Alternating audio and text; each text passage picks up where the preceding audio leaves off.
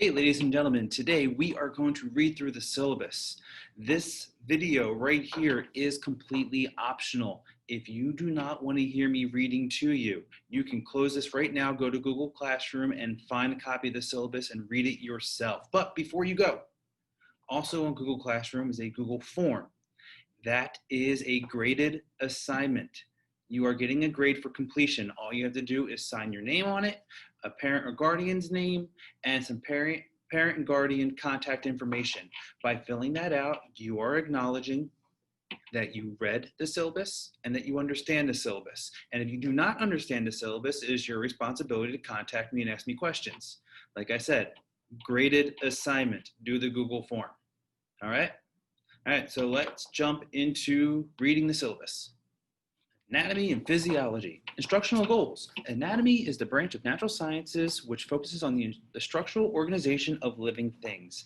Anatomy is inseparable from physiology, which is why they are studied together.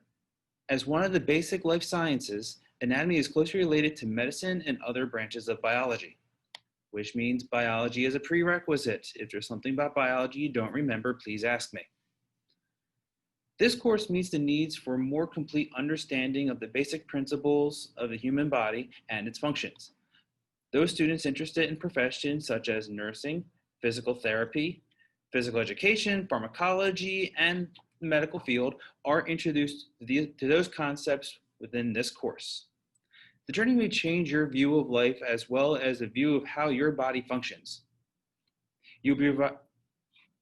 You will be provided the opportunity to acquire knowledge about the human body, but you will also actively construct and formulate your own knowledge by interacting with each other, hopefully through Google somehow, reading texts, books, magazines, newspapers, whatever we get, viewing pictures and movies, test tubes, computers, examining specimens, aka body parts, and using many other tools of the trade. By the end of this course, you will be richer in the knowledge and experience. Throughout the school year, remember that you are the learner. You are the one who needs to actively acquire the knowledge before you. At the end of this course, students will be scientifically literate in matters related to the structure and function of the human body. Students will know how to actively ask, find, and determine the answers related to the human body in health and disease. Students will know how to accurately organize, analyze, and communicate information about the human body. Students will know how to work independently and in cooperative groups in order to solve scientific problems related to the human body. Students will know how the human body functions and explain the dependence of each body system, as well as the structure and function of the system. Needs and resources. Required materials. To successfully complete this course, you will need an internet-capable device. A Chromebook should have been provided to you by CAP, and a working knowledge of how to use Google programs, docs, forms, sheets, classroom, etc. Additional print or e-resources. All resources will be provided via Google Classroom. And if there's anything else that you need, I will make sure that you get it. Online resources and login information. CAP email. Your CAP email should be your first name, last name, and your graduation year at capstudents.org, and your password should be community21. Your Google Class codes. If you are in my third period, this is your class code, 2UVYTUA. If you're in my period 4, you are XHBQP7M. If you are in my period 6, F3ZBN6G, and my period 7, Z3ARCGV. And yes, I have a YouTube channel. This is pretty long-winded. I copy and pasted it. I would suggest just searching up Robert Lacconi. All right, just search that on YouTube. You should find it easily. Edpuzzle.com and BrainPop will also be used. Also, other websites as I come across them and learn how to use them. Our course schedule. We are going to start off with an introductory chapter, Introduction to Anatomical Terminology, meaning correct word use for different sections of your body, and homeostasis, which is coming to you from Bio 1. That's right, guys. We are going back to a Bio 1 topic. In fact, everything in anatomy and physiology has to do with homeostasis, one way or the other. Right, then we'll talk about tissues, your skin, your skeleton, muscles, your nervous system, your senses, which is an offshoot of your nervous system, blood, respiratory system, cardiovascular system. All three of these work together very closely. Your digestive system, your reproductive system, and your urinary system if we have time. Policies and procedures. I do expect you guys to read through all of those here. I'm going to quickly paraphrase. Rule number 1 is respect. Show me respect, show yourself respect, show your classmates respect. Okay? Talking. Guys, we can't have everyone talking all at once. No one will hear anything. So we will take turns. Raise your hand or signal me something. However, Google Meet has a way of doing this. I assume it would be a raised hand. The chat. Guys, the chat option on Google Meet can be seen by everyone. It can be copied. All right, so if you were to write anything in there, it's in there and you cannot erase it, and I can copy it and I can give it to the disciplinary office. So make good choices in the chat. Promptness, if you're not there on time, it will count against your participation grade. Work missed. You are responsible for making up any work that you did not complete. Leaving your seat, guys, it's still class.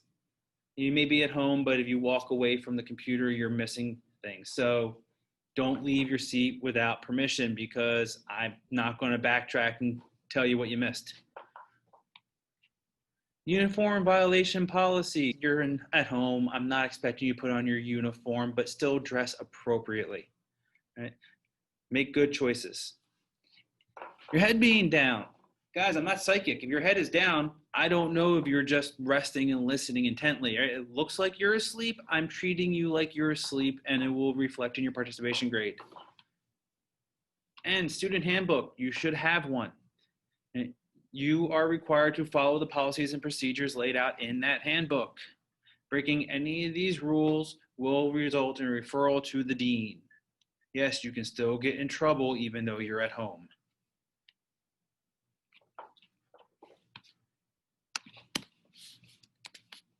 Online participation / expectation.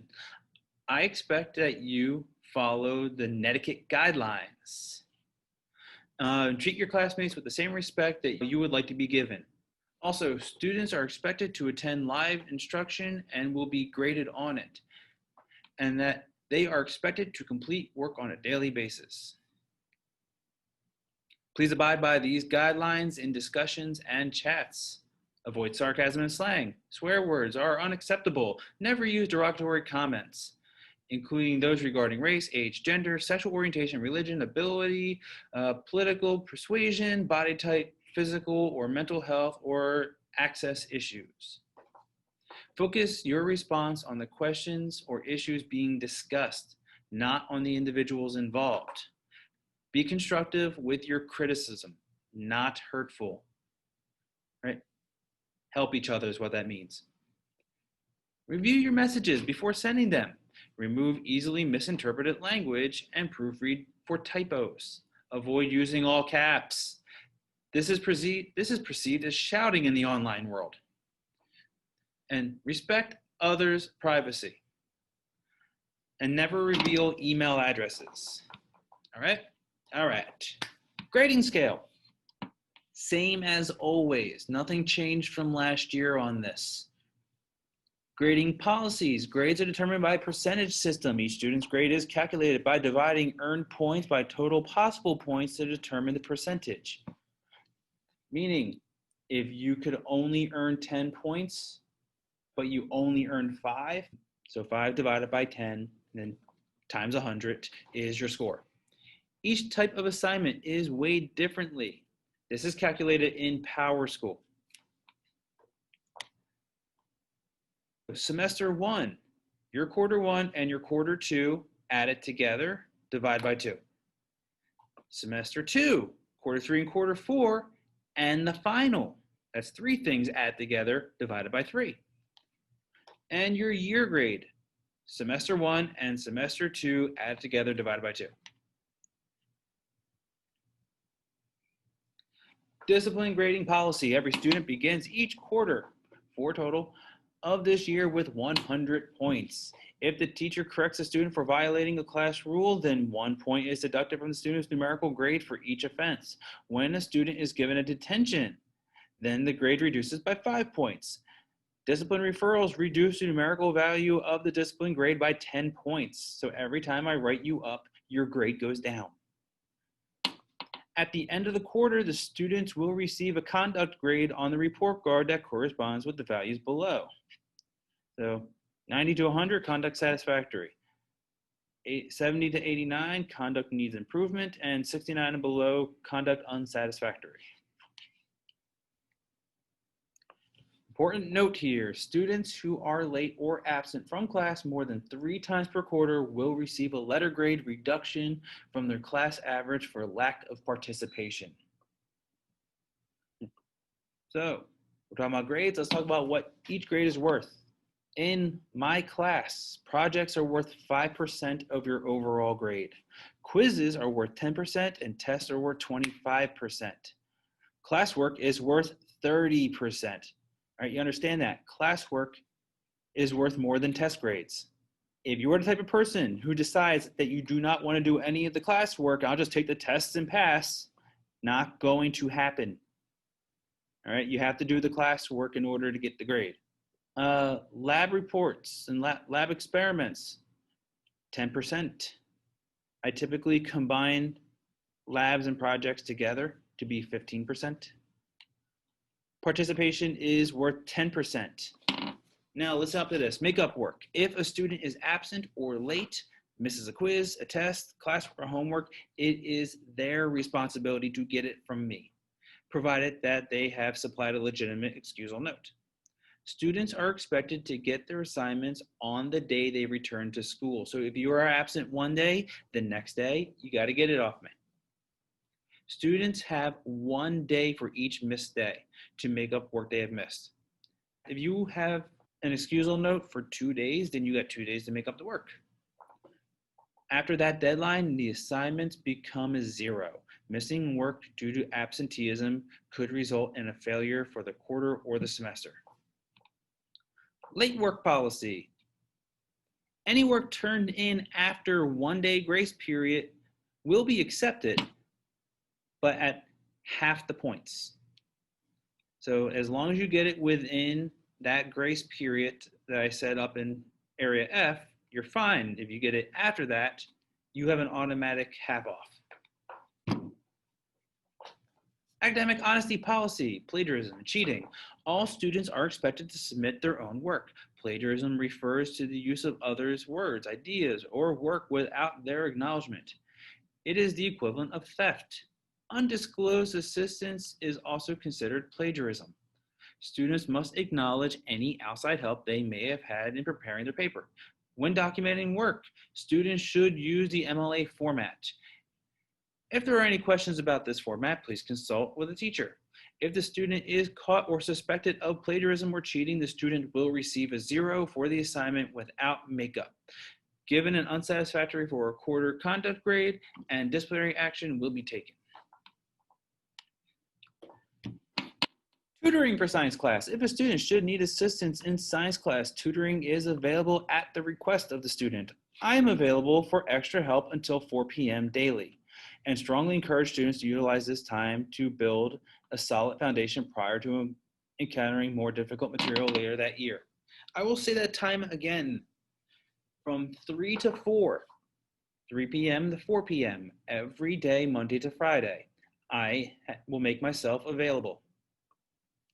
Anytime after 4 o'clock, I cannot make promises, but if you send me an email, I do check it and I will get back to you at my earliest convenient time. My contact information, I am Mr. Laconi. My phone number is actually just the school's phone number, 215-533-6700. My email is rlaconi@communityacademy.org. And the Google Classroom class codes, again, I've already read them, but they are here again. With that said, please fill out the Google form in Google Classroom to acknowledge that you have read and understood this document. All right, ladies and gentlemen, thank you for sticking with me, and I will see you in Google Classroom.